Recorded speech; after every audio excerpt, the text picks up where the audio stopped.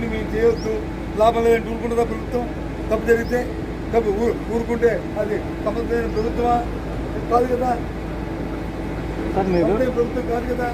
చిన్న ఎగ్జాంపుల్ మీకు చెప్తానండి. చిన్న ఎగ్జాంపుల్ ప్రభుత్వం పనికిరాకుందో చూపు కొరకు జరిగినాయి. వాళ్ళందరూ రోస్టర్ పాయింట్ మీద వాళ్ళు యాక్టివేట్ చేస్తారు. దాని మీద విద్యాశాఖ మంత్రి గారు వచ్చి ఒక ట్వీట్ పెట్టారు, దీన్ని పరిశీలిస్తాము, దీని మీద సమగ్ర న్యాయం చేస్తామని. సరే, అవకాశం లేదో అవకాశం ఉందో సెకండరీ పక్కన పెట్టండి.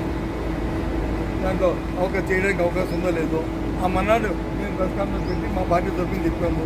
చాలా సున్నితమైన అంశం, దయచేసి దీని మీద దృష్టి పెట్టండి. దృష్టి పెట్టి సమయం తీసుకుని కొంత సమయం తీసుకుని పరిస్థితి పిల్లల భవిష్యత్తు చూడండి అని చెప్పాము. వెంటనే సేమ్ నైట్ నెక్స్ట్ డే ముఖ్యమంత్రి గారి కార్యాలయం నుంచి ఒక లేఖ రాశారు. వాళ్ళు సమీక్ష చేసుకొని ఏమని, ఈ ఎగ్జామ్ వచ్చి మీరు చేసి ఎగ్జామ్ చేసి పొడిగించండి, పొడిగించండి. వాళ్ళు ఖాతరు చేయలేదని చెప్పి మళ్ళీ మీకు ఇచ్చారు. ఏమనుకోండి, ఏ విధంగా ఈ ప్రభుత్వం తన సమర్థనీయ ప్రభుత్వం అలా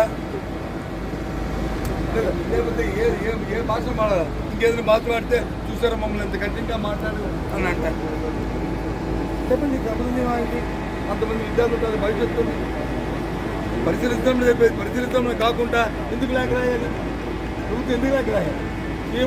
సీఎంఓ లేఖ రాస్తుంది, అది ప్రభుత్వం బాధ్యత కాదా?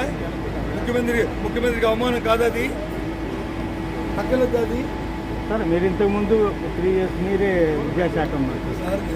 చెప్పండి.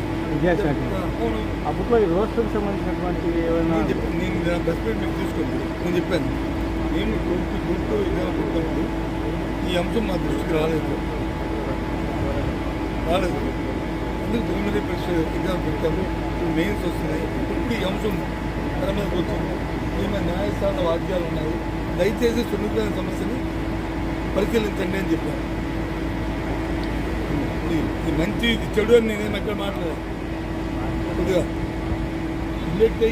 కొద్దిగా లోతుగా పరిశీలించి దాన్ని టేక్ కాల్. ప్రభుత్వం తీసుకున్న నిర్ణయమే కరెక్టు, ఇది తీసుకున్న నిర్ణయమే కరెక్టు, దీని ప్రకారం మీరు వెళ్ళాలి అని తప్పు